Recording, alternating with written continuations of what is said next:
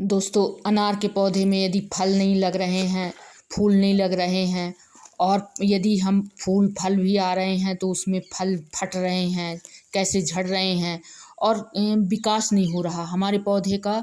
यदि विकास नहीं हो रहा तो मैं ये सारी जानकारी आज आपको दूंगी। दोस्तों, आप बने रहिए वीडियो में और वीडियो को पूरा ज़रूर देखिए और सब्सक्राइब करें, लाइक करें, कमेंट करें और शेयर करें। दोस्तों, तो मैं आपको ये सारी जानकारी दूंगी कि आप कैसे अपने पौधे की देख रेख घर में कर सकते हैं। यदि आप गमले में लगाए हैं या घर में लगाए हैं या अनार की खेती करते हैं, तो आप अपने पौधे का रख रखाव देखभाल कैसे कर सकें और क्या क्या खाद इसमें डालें, क्या इसकी ज़रूरत होती है कि इस पौधे की कि पौधा हमारा विकास करे। यदि पौधा विकास नहीं कर रहा है तो आपका ये मानिए कि आपका पौधा में कुछ ना कुछ कमी है, किस तत्व की कमी है, ये सारी जानकारी मैं आपको दूंगी। तो पहले आप देखिए कि मैं इसमें क्या डाल रही हूँ, इसके विषय में मैं बताऊंगी कि मैं अपने पौधे में क्या डालती हूँ और ये कितनी तेज़ी से विकास करता है।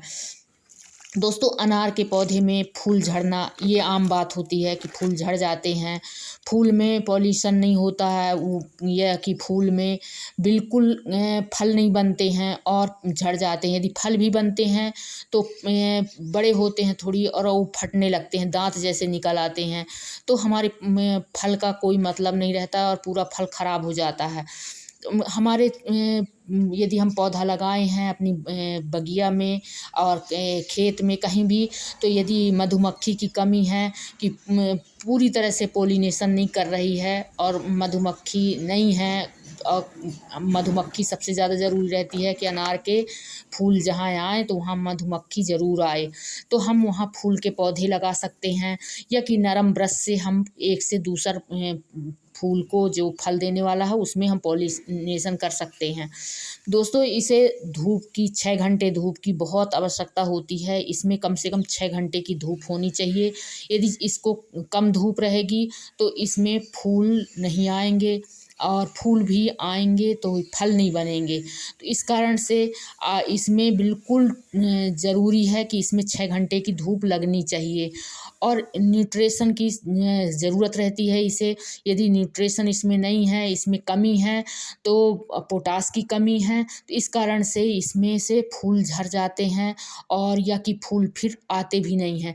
तो हमें इसमें एमपीके यदि आप रासायनिक देना चाहते हैं तो आप दे सकते हैं, मैग्नीशियम की छिड़काव कर सकते हैं और ऑप्शन साल्ट डाल सकते हैं। इसको डालिए तो कम से कम आपके पत्ते में जो पीले पड़ के झड़ते हैं तो आपके पत्ते पीले पड़ के नहीं झड़ेंगे और बिल्कुल ये पौधा आपका स्वस्थ रहेगा। तो हमें इसमें पोटास की तो ज़रूरत रहती है, तो पोटास का भी आप इस्तेमाल कर सकते हैं। और अधिक सबसे ज़्यादा रहता है कि आपका यदि पौधे में फल लगे हैं और उसमें बिल्कुल एकदम फट जाते हैं, पूरे फल जो हैं आपके फट जाते हैं, तो फटते क्यों हैं?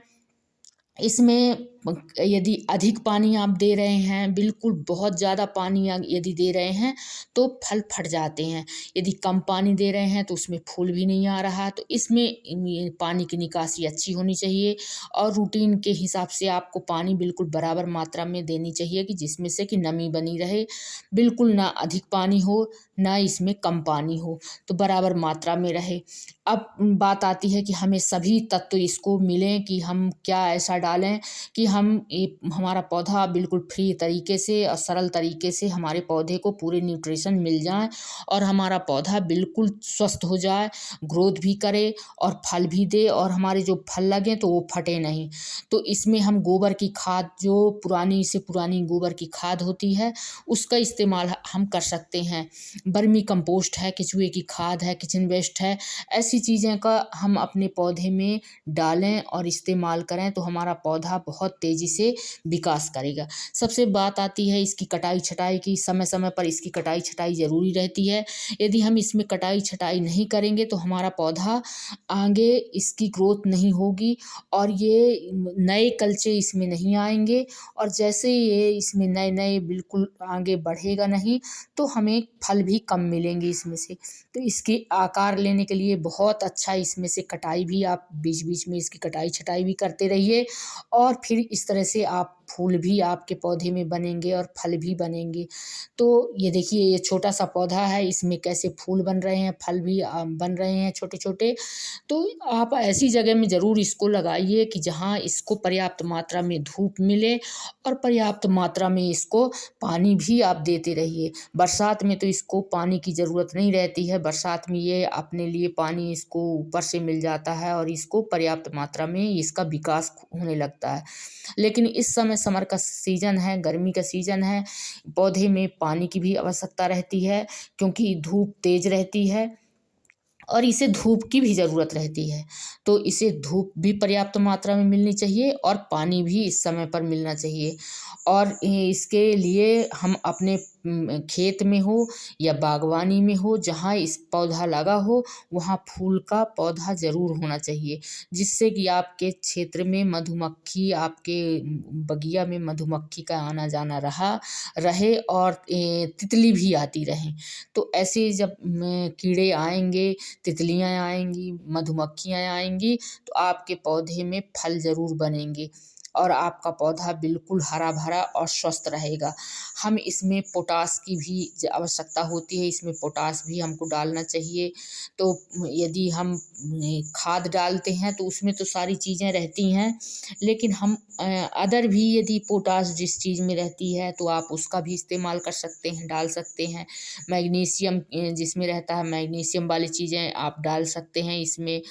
और यम पी के तो मैंने बताया है कि यम पी के आप यदि रासायनिक डालते हैं तो उसमें तो सभी चीज़ें रहती हैं, तो आप उसको डाल सकते हैं।